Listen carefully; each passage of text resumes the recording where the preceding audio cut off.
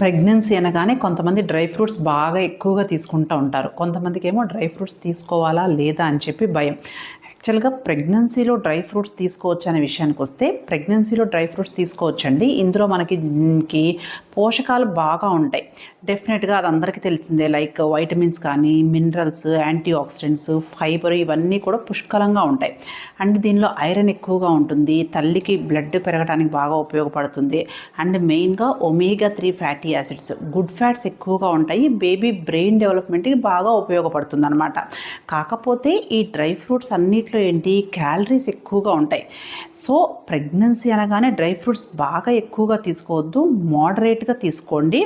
And మెయిన్గా moderate calories ఉంటూ ప్రెగ్నెన్సీలో బాగా బెనిఫిషియల్ ఉండే డ్రై ఫ్రూట్స్ మెయిన్గా ఏంటి అంటే ఆల్మండ్స్ ఒకటి, వాల్నట్స్ ఒకటి, డేట్స్ ఒకటి రెగ్యులర్గా తీసుకోండి. ఓకేనా? Thank you.